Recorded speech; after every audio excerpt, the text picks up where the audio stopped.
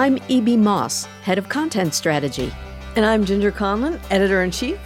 We help generate content about the media, marketing, and advertising industry for MediaVillage. One of the most important issues we're all facing is making sure that the media you see or hear reflects the face and cultures of the real world.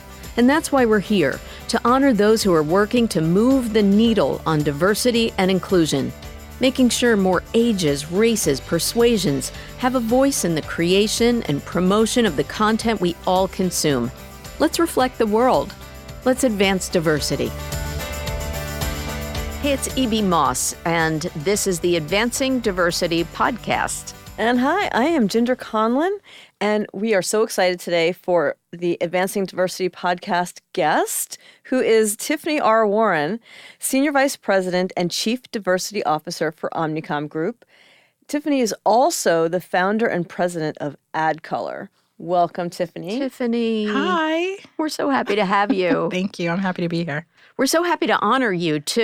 I know. That's really exciting. Yeah. And Thank you so much. I know it is one of many, many awards you've got. I said to you earlier, I don't even know which ones to speak about. I'm going to give our listeners a little sample of it.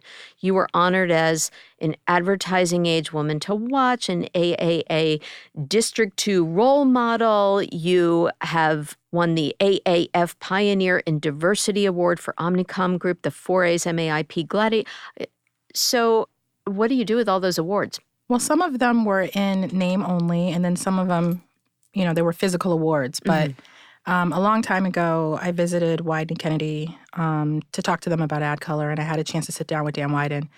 And Dan said that most of the awards that Wieden and Kennedy got in the early years, I don't know if this is still the case, but they would just throw them in a closet. And for some reason, that really hit my soul because I was like, we in advertising, we have a lot of awards. I get it. Someone famously said we love to award ourselves. So I think in order for me to stay humble and to stay hungry, to keep fighting the good fight, I just keep the awards in my basement. I love that. I love that. Well, you'll be happy to know we're not giving you a statue. Okay. Here's great. what, this is the coolest thing that we do at Advancing Diversity Honors. Your induction into the Hall of Honors is, as Jack Myers, the founder of Myers BizNet and MediaVillage and of Advancing Diversity, said, this is not a rubber chicken smile with a statue kind of ceremony. Yeah. So this is all about helping people explore where the creative tensions are and how to grow their empathy, maybe change a mindset, and have people like you stand on a place in a line in the room and explain your point of view about diversity and inclusion. That's cool. So hopefully we can illuminate some of that today in our podcast. Definitely. And, so speaking of events, AdColor recently wrapped. Give us some of the highlights and what was this year's theme? Yeah, this year's theme was Take a Stand.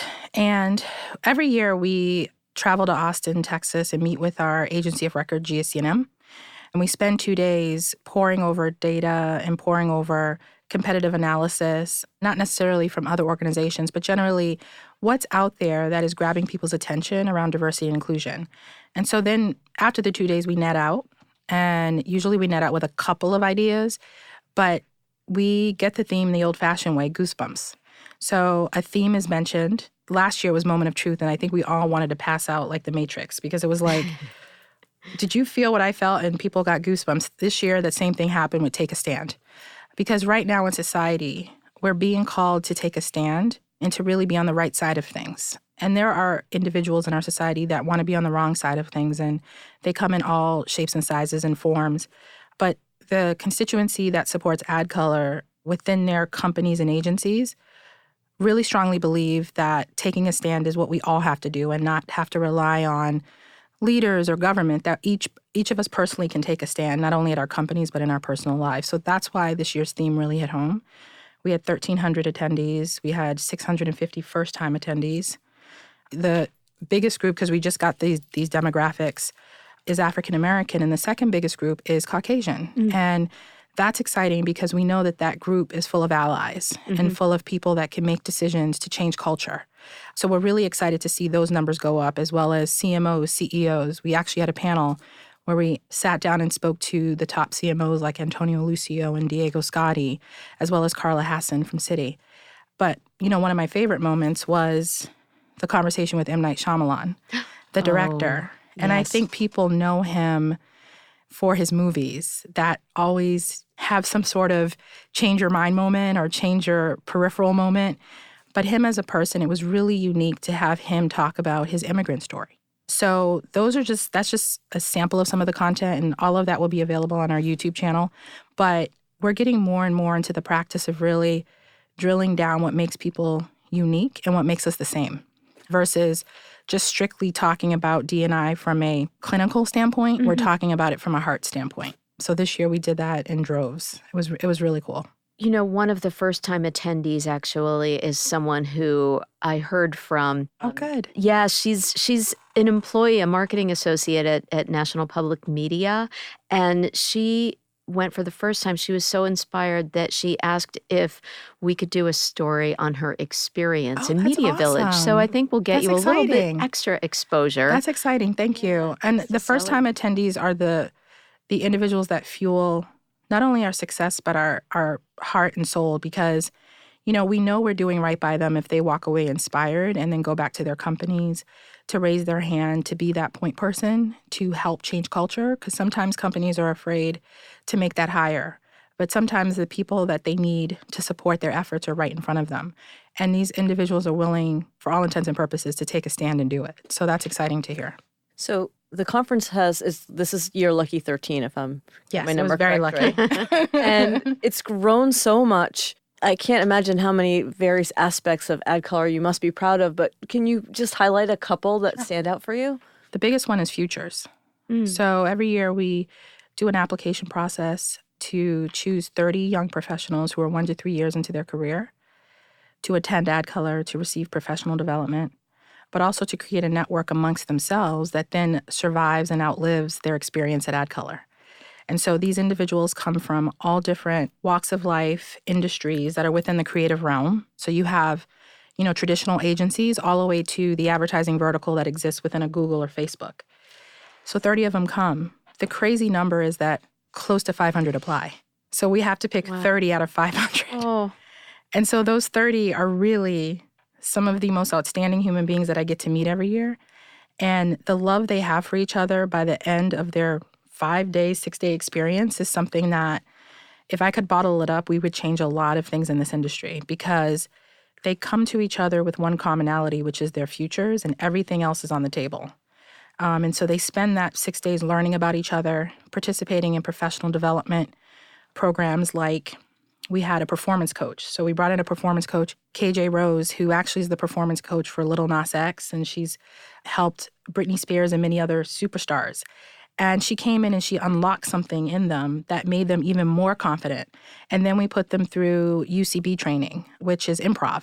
So by the time they get to the hackathon, which they spend about 24 hours, 5 hours, coming up with ideas to then present close to the end of their experience in front of some of the top professionals in the country.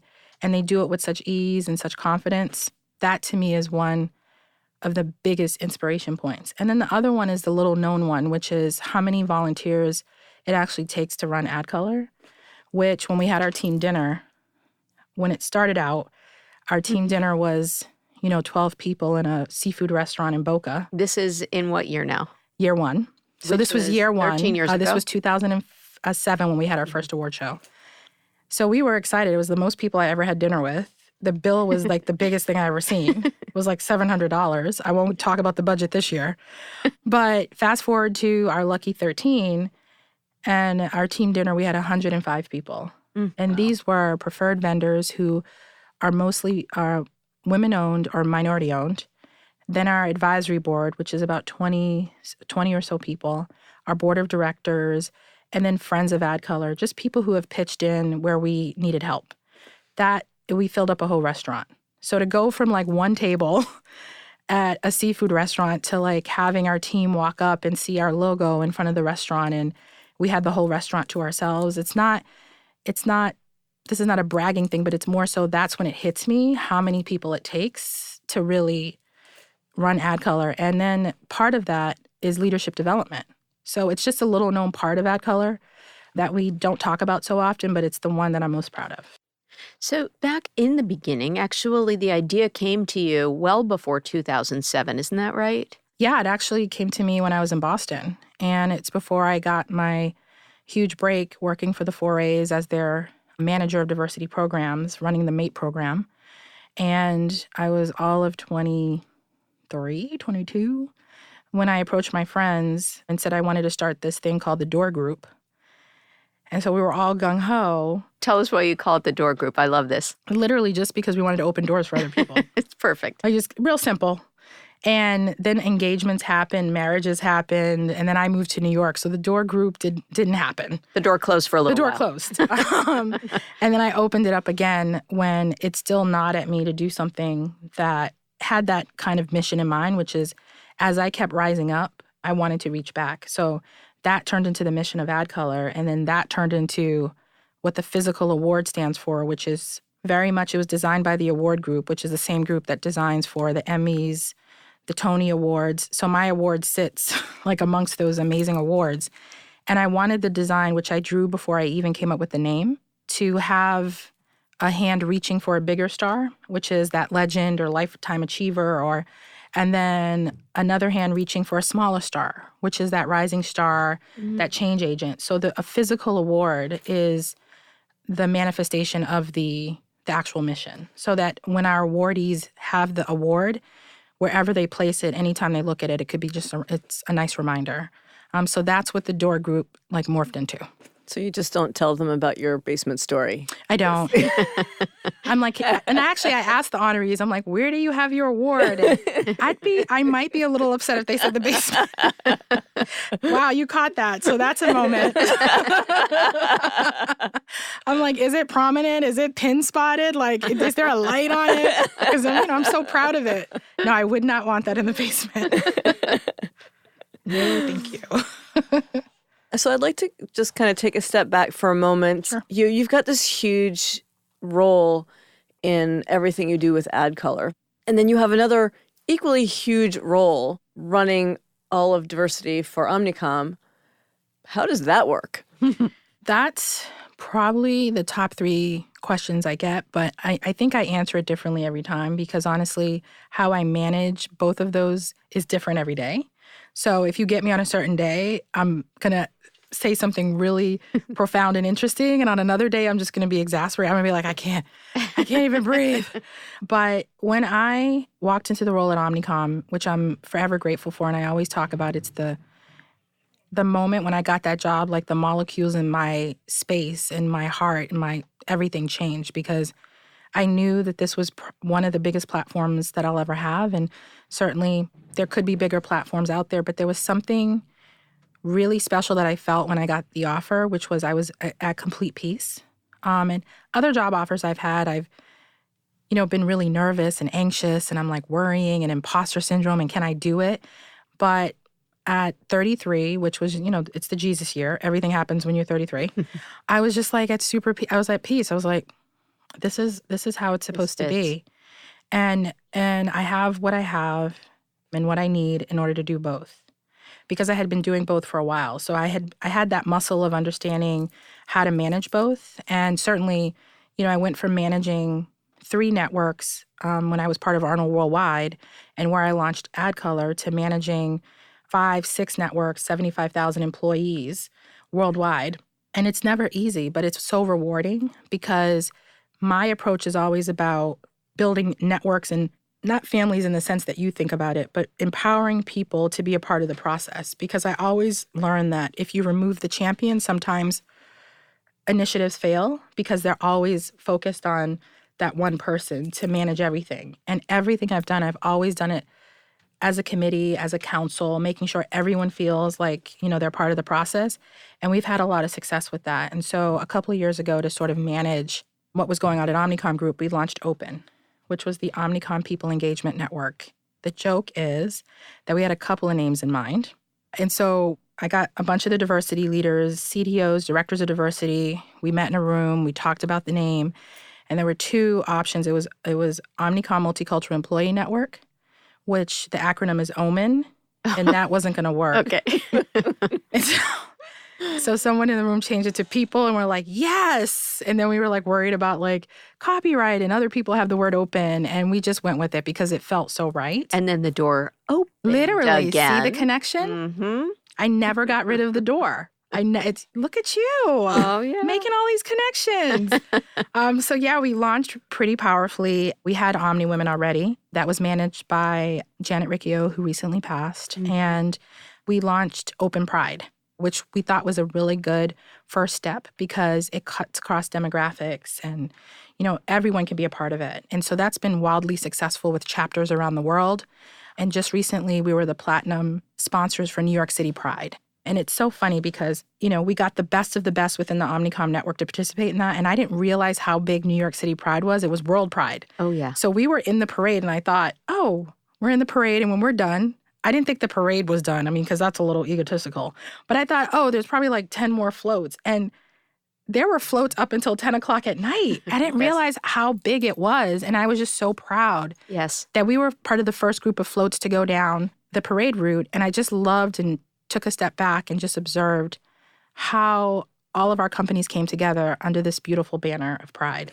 So we have more resource groups to come and more initiatives to come, but it's a marathon. It's not a sprint. And I really want to continue to work on our culture so that we can be ready for the groups that are to come. I mean, we're ready now, but I'm very intentional about when and how we should launch, which is really exciting. So this makes everything that you're doing with Omnicom interdependent with what you're doing with AdColor. Mm-hmm. And it also crosses all boundaries and barriers or whatever it is for not just people of color, but women and sexual preferences and things like that. Yeah. You mentioned something earlier, as you know, Jack Myers is a big feminist and wrote the book, The Future of Men, and women and growing young people into the industry and anti-ageism things are all essential elements of diversity and inclusion. You mentioned something about that surprised me, that you had a little touch of imposter complex here and there. Oh, yeah. Still. I'm very vulnerable. I was so nervous to meet you, and I was suffering from that I was the only one in the room. My background is my mom was a single mom. I was raised with 3 of my siblings. When my father passed away, unfortunately, at the age of 48 through cancer, I knew I had brothers. I didn't know how many. So my family went from 3 to 10. So I discovered I had 7 little brothers from the age of 8 to about 18 at the time. And that expanded my world. I became, part of, there was 3 of us always, and then we became a tribe. So it's like, now it's the Warren tribe. And that also just opened my heart a bit more. And for me, I had to stand in my own truth about who I was as a leader, because now I was not a leader of 3, but a leader of 10. Mm. And so being there for my siblings in every way possible, as much as I can, really poured over into my professional life, because you don't turn that leadership faucet off when you move into the professional space. And I'm appreciative, many people see me as a leader, but the thing that I want people to understand most about me is, if I were to have a list of things that I'm clear about, is my team made this up about me, is that I'm a hope dealer. Like even when a hope dealer. Because even when situations seem really dire, or you're in an environment where there's not many of you, or you're not being heard, or you're being silenced, or you're being talked over, or you're being pushed over, that's where I shine. Because somehow I know how that feels, and so I'm able to give the anecdotes to that. So that to me is my superpower. So when I went from feeling like an imposter, there's still some of that sometimes when I come into certain rooms, and people may not know who I am, and that's not from an ego standpoint. It's more so like I still have a lot of work to do, not to be well known, but to stand in my own power, to going into rooms where a lot of people know me, and I'm actually an introvert. So instead of running to groups, I actually look for exits. Mm-hmm. Like, where's the nearest exit? I'm actually pretty famous for that. It's almost like a scene from The Runaway Bride. Like, I'll come in a room and I'll go, I'll go and I'll run right out. And I'm working on that about myself. But I don't run out because it's the imposter syndrome. It's just I'm trying to work on how to receive energy from people who genuinely want to make a connection with me because of my story or how I've built my career. Mm-hmm. And that comes from, being comfortable with who you are and your accomplishments. So I'm still working on that at the tender age of 45. But, it's something that I work on every day. But it really jars people when I tell them that I'm an introvert because they're like, no, you're not. And I'm like, listen, one-on-one or with two people, I'm a rock star. But then when it's like a group of people, I'm like a frozen deer in a headlight. It's just the strangest thing. So I always talk about the vulnerability of the things that I work on because hopefully someone out there is feeling the same thing and they're like, oh, okay, it's not just me. Yeah. So yeah, that's my superpower is that I'm very empathetic and I can, provide those like emotional anecdotes to certain situations.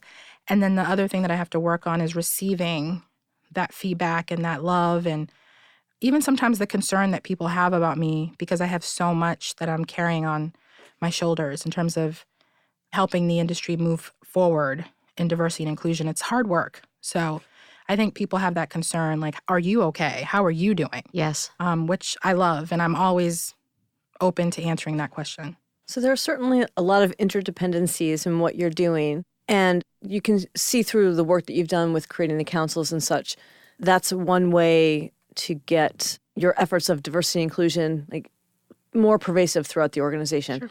Any other approaches that you're using to really get it just to be an integral part of everyday life in the organization? Sure. I think some of the old ways of thinking is let's start from the top and work our way, down and through.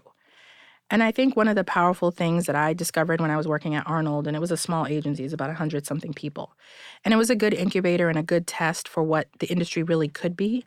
They just did a phenomenal job at hiring, and they did a phenomenal job at placing people at tension points where our differences actually made things happen better. And taking that lesson from that part of my career and bringing it over to, Omnicom, it's one of the things that I think is anybody can do, but one of the things that I learned is there's so many corridors of power in this industry that are still very much the same. You see the same. It's like you can copy and paste from year to year. And I made it my goal to look at some of those corridors of power and try to be respectful of the structure and the things that you need to enter into those corridors of power, but also bring people with me. So if I think about one, CAN is a big one. And when I went the first year, myself, as an officer of Omnicom, executive management, felt like I was on the outside. It was the first time in my career that I was like, wow, I could speak the language. I knew people there, but there was just this general feeling. And it wasn't the fault of the organizers. It's just that it became a conclave sometimes for the same people. And so I think slowly, not only just trying to introduce topics that focused on diversity.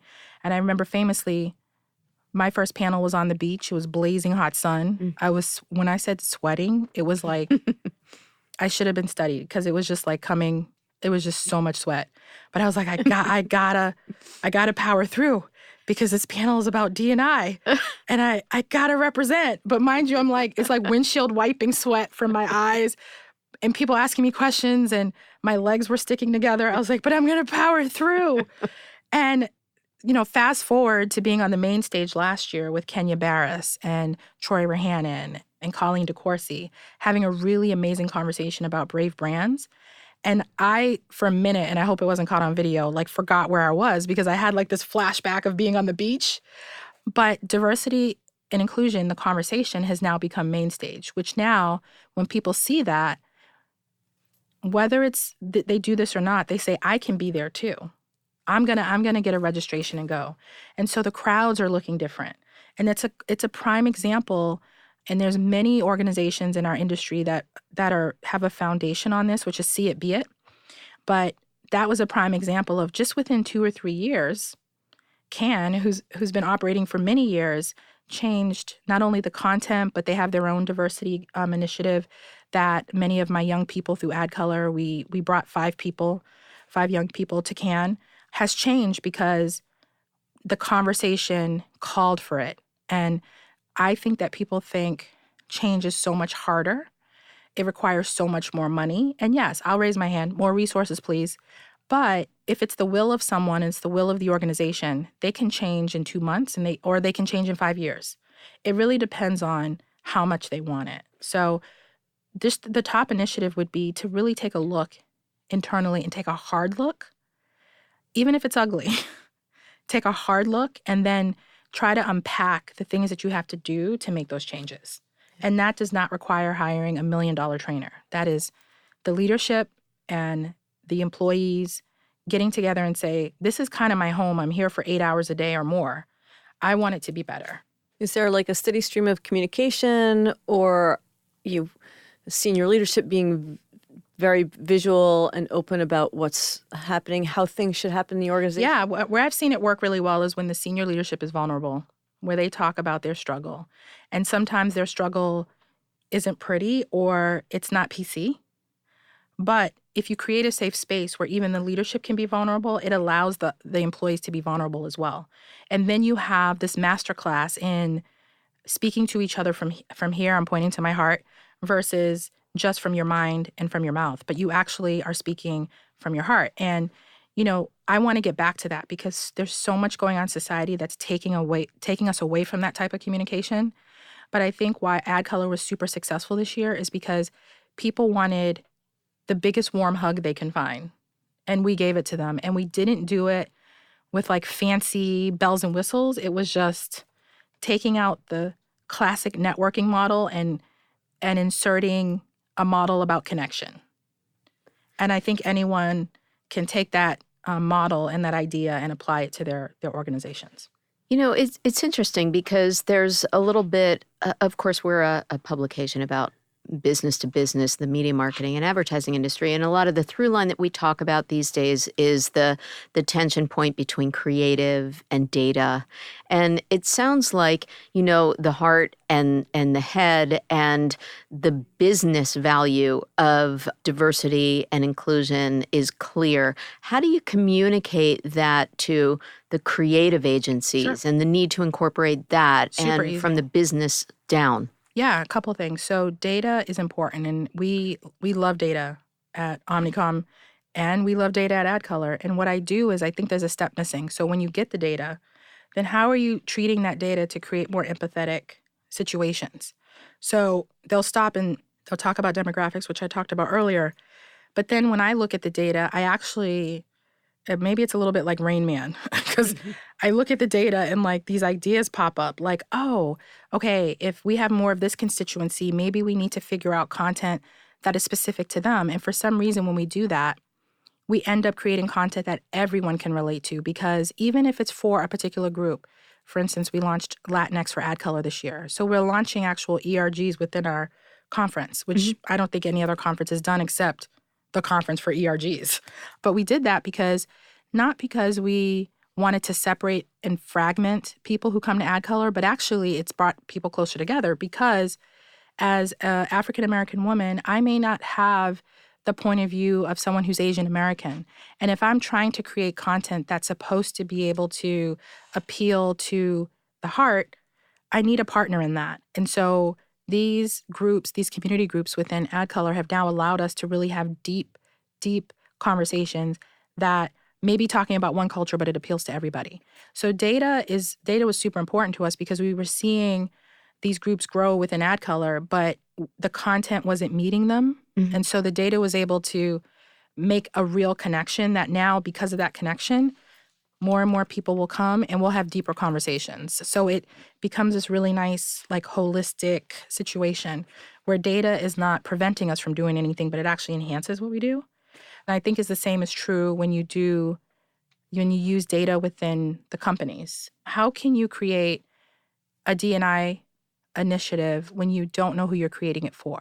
Good point. So if you're doing it for mass appeal, then generally it's going to be surface and it's not going to be received well.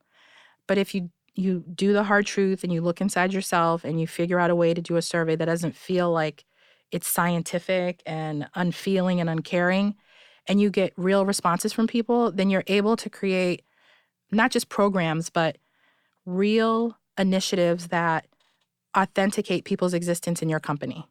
And at the end of the day, people want to be seen. They just want, like, I see you. They want to be seen.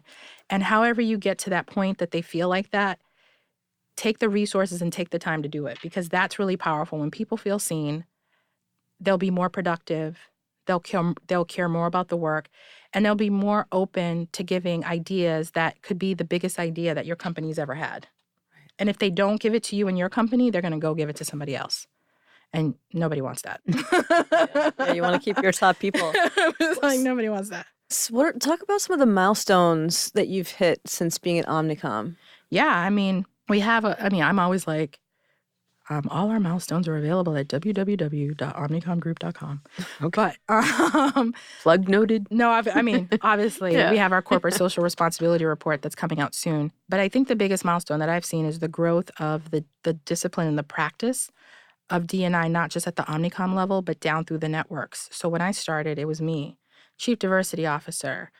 Got to move this mountain.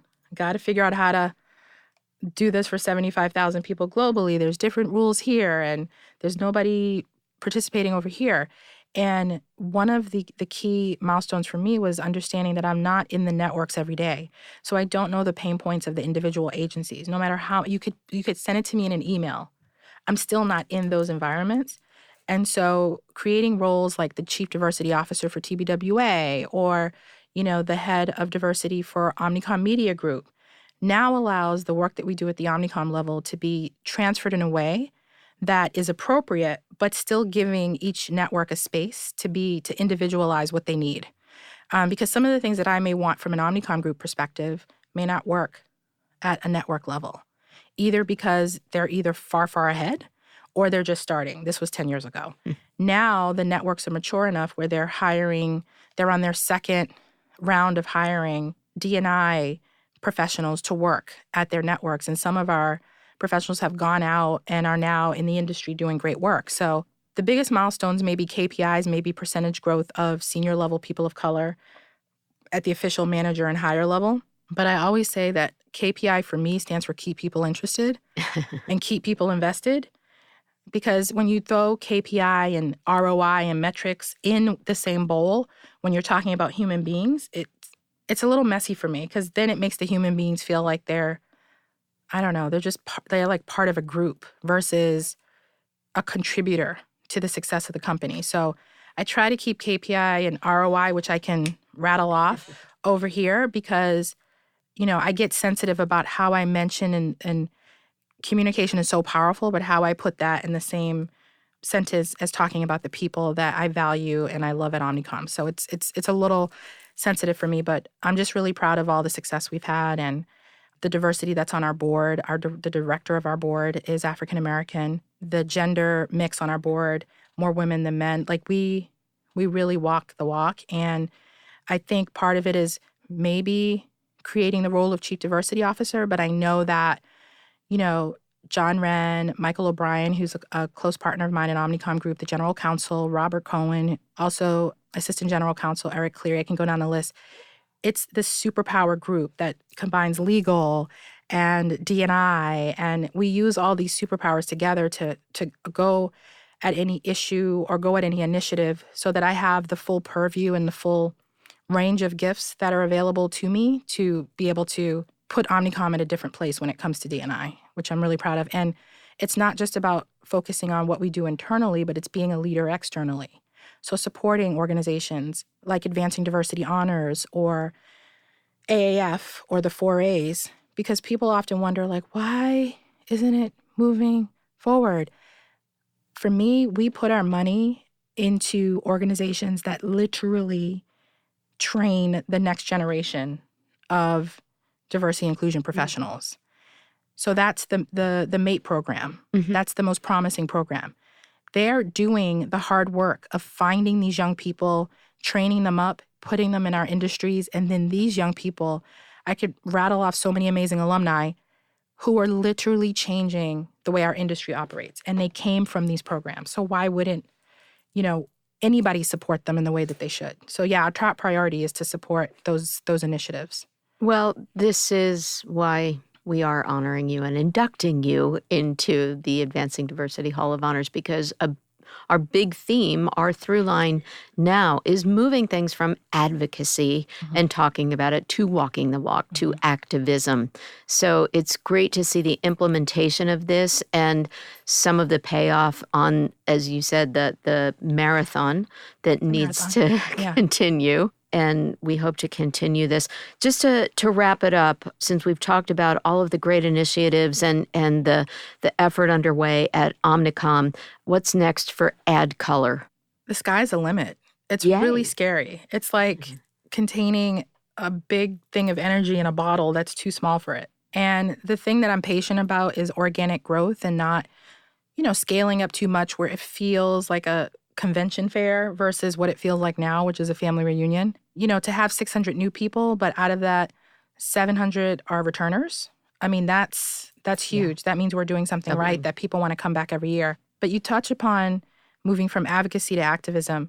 I think there's something to be said about a certain kind of advocacy for people who have voices but don't have the microphone. And someone taught me that, and it still chokes me up a little bit because we often say I'm the voice for the voiceless. There's nobody who's voiceless. They just don't have the microphone. So anytime that I have the microphone, anytime that I have a platform, I will speak for those that may not have the chance to be in the position that I am or we all are to get the word out. So advocacy is still very important and still very much needed. Activism is important, but it's activism for a certain group. So we need allies to be more active. Third A. I love that. Yeah, we need allies to be more active. Because I think that when you require the people that are part of the system that may be keeping them down to actually fix the system, it's kind of a crazy concept, right? But it's better to have those that are part of the system and have some sort of seniority or level to be the ones that actually make the change. So it's the activism of who is the next question. Because I think people who are part of those groups that feel othered have been activating for a long time. Now it's time for allies and people who may not be part of those groups to stand up and say, I'm going to pull everyone along with me and beside me, and I'm going to be the one to speak up for them now. Because we've been doing it for a long, long time. So when I see an ally who is kicking butt and standing in front of moving trains for people that don't look like them, I cry because I know what it takes to do that and the sacrifice. Well, that's the empathy that you were talking about. Okay. Well, Ginger, Tiffany, I'm E.B. What a great conversation for advancing diversity and all of your efforts on behalf of AdColor and Omnicom. Tiffany R. Warren, thank you for joining. Thank you. This was awesome. Yeah. Thank you, guys. And I'll see you in January. Yes, you will. Yay. Without a statuette. I know. I'm never going to live that down. Thank you, guys.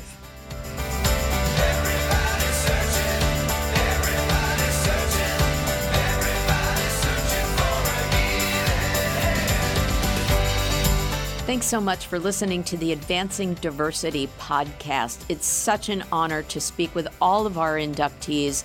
They're inspiring, and we hope that everyone will emulate all of the work that they've been doing to move from advocacy to activism. Advancing diversity takes everyone to create inclusion, and we at MediaVillage really, really appreciate your listening, your sharing, and your telling everyone about advancing diversity.